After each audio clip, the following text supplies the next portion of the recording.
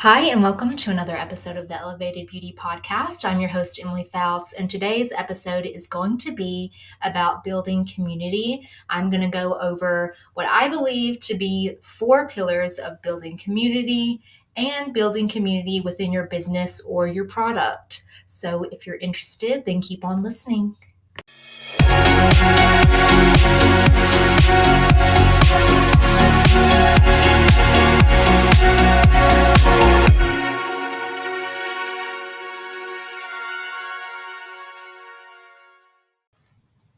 So, why is community important? I feel like if you're someone who has a brand, a business, or a product, you do need to identify your community and work towards building that community.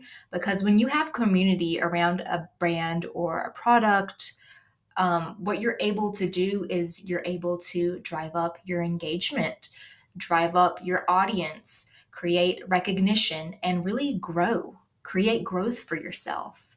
And so we're going to go over how to do that. And first, what we need to do is establish what is a community.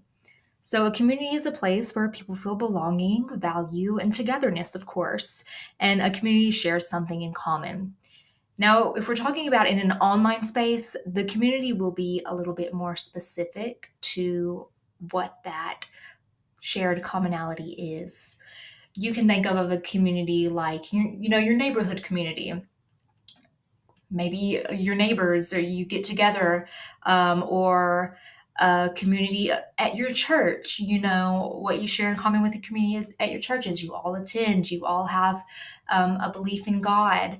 There are all different types of communities, but really what it stems from is that we have a shared thing in common, and it's a place where we can feel belonging. We are able to all feel togetherness, and we're getting some type of value from this community. So I'm going to go over 4 pillars. These are different pillars that I put together that I feel are really relevant and valuable when working towards building a community. So the first pillar of building a community is a unifying factor. So we need to be able to identify what you want to unify people around. What is the purpose and culture of your community? I have 2 different communities personally. So I have a community with my clients. I have a skincare and waxing business, Elevated Beauty Aesthetics. So I have the community with the people that come in and see me. And then I have a community with other estheticians. So you need to make sure when you're thinking about what community you're building, if you have more than one, you're able to differentiate the two and know how to serve each one. So I'm going to give you examples. For my community with my clients at Elevated Beauty, those are the ones who support my business, of course, and I have the pleasure of treating to skincare services. And what we unify around is the idea of self care and self love. So that's our unifying factor. I aspire to inspire and, I aspire to inspire a discovery or an elevated form of self care. So many of my clients, they didn't take self care seriously before our relationship. And so we unify around the different ways that we can intentionally create this time for self care and blossom as a result of that. So I really love to really inspire mothers, wives, or, women are historically martyrs. And so I like to show them a new way of self care, an elevated form of self care, and the value behind that. So that is our unifying factor. So now we're going to go over what is the unifying factor in my community with estheticians. The unifying factor here is authenticity and education because I offer both. Authenticity with actually both of these, but my apparel line, Cryptic Skin, and authenticity and education with my mentorship role through my ebooks that I offer, the podcast. So I'm going to focus on authenticity first, which leads me into the second pillar, which is connectedness. When you try to be palatable or easy to digest for the general public, what you're doing is you're diminishing any recognition and identifiers within the community you want to create. And this fosters a surface level connection. This is why it's vital that you express your personal expression and personality.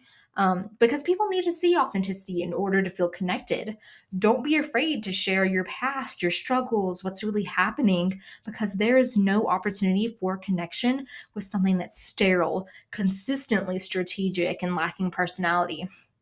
You can still show up as a professional while exhibiting an authentic nature. And I think that's something that a lot of people forget or don't consider. I think people associate palatable and professional in the same vein.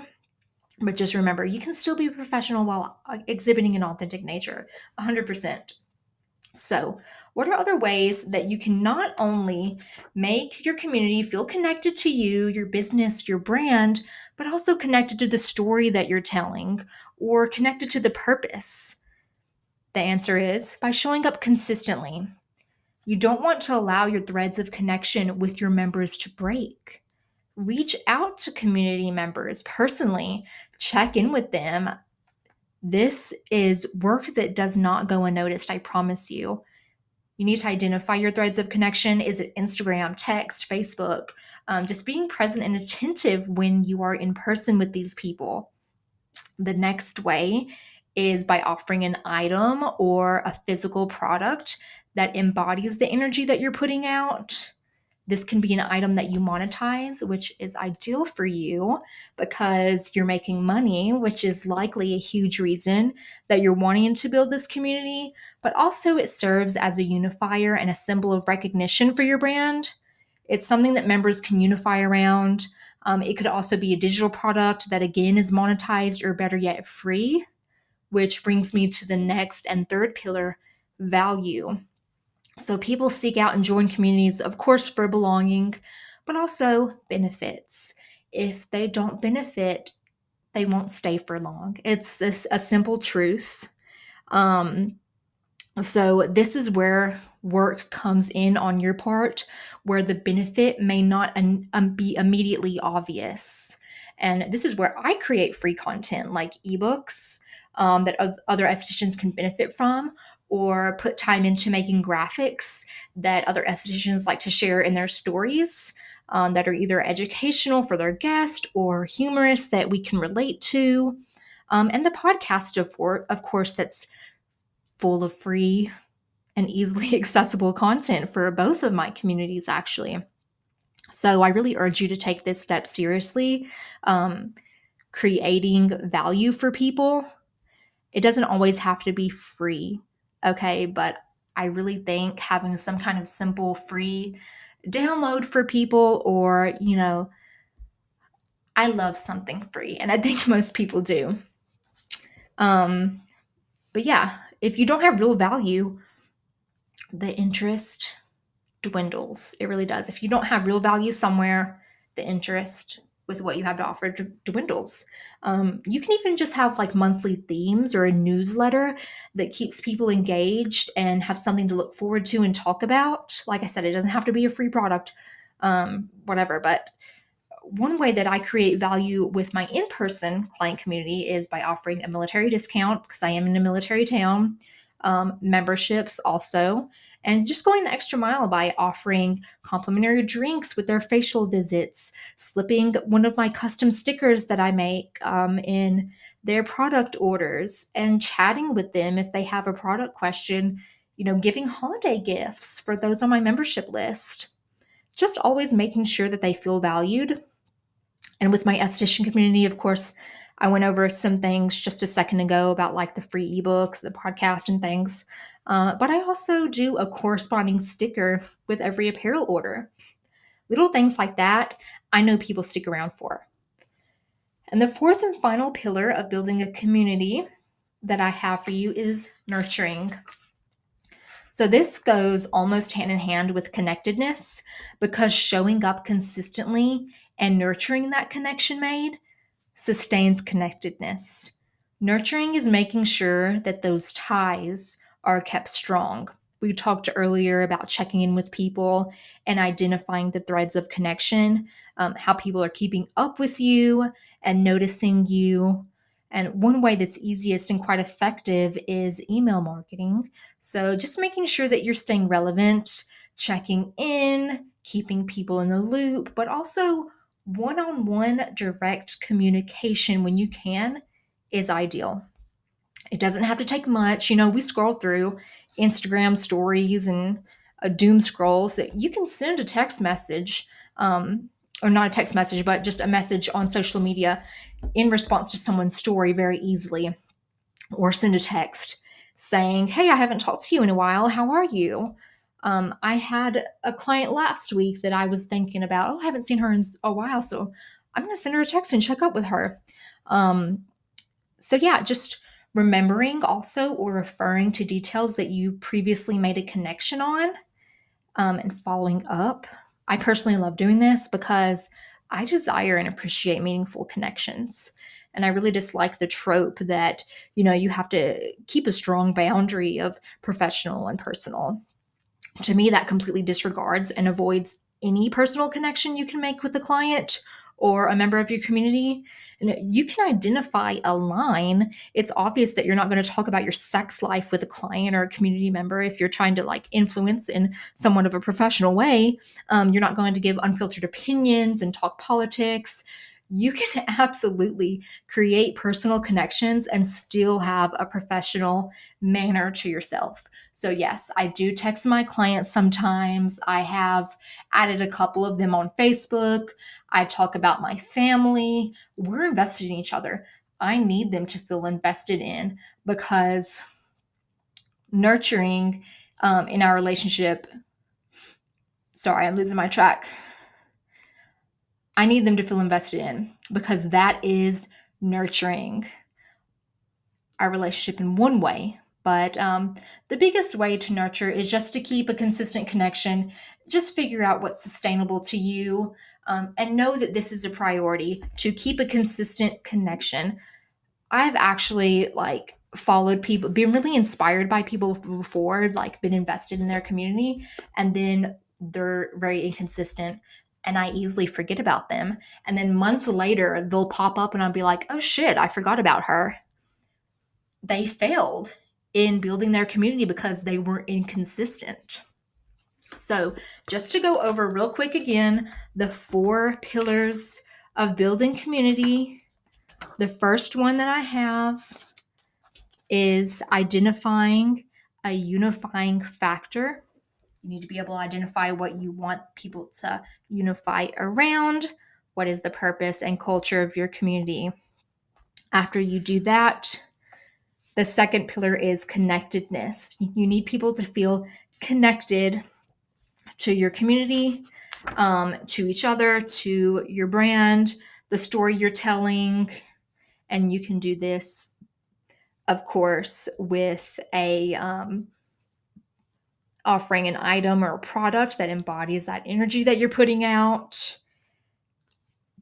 Excuse me, I keep burping.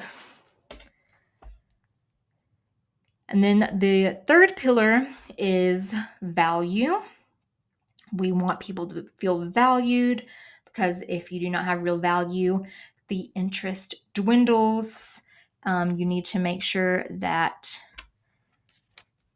people are feeling appreciated. They feel like they're benefiting also, because again, we need belonging, but people need to see the benefit as well. So find out what it is that you can do to create value in your community. The last pillar is nurturing.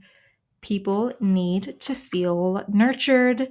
And you can do this, of course, by, like we talked about earlier, just keeping people in the loop, checking in on them, one-on-one direct conversation, making sure that people feel cared for. So again, identifying a unifying factor, connectedness, value, and nurturing the connection with your community. So I hope you guys benefited from this and please, I hope you take notes. That way you can really have a strategy for building your community, because again, it is important. If you have a personal brand, if you're trying to build a business, if you do have a business, um, your community is everything. It creates a loyal client base, a loyal audience. I have people that are a part of my community that aren't clients of mine, but they're still supporters. They still feel like they are safe in this space that I have, that they feel belonging here. And that is still of value to me. Someone who is a supporter from far away, I love those type of people. And that's because I created a space for them to feel that belonging, and they are benefiting in some way. I have value that they can access without just having to come in for a treatment. But yeah, I hope that you are able to identify your community and work towards building a healthy community that will help your business grow and thrive.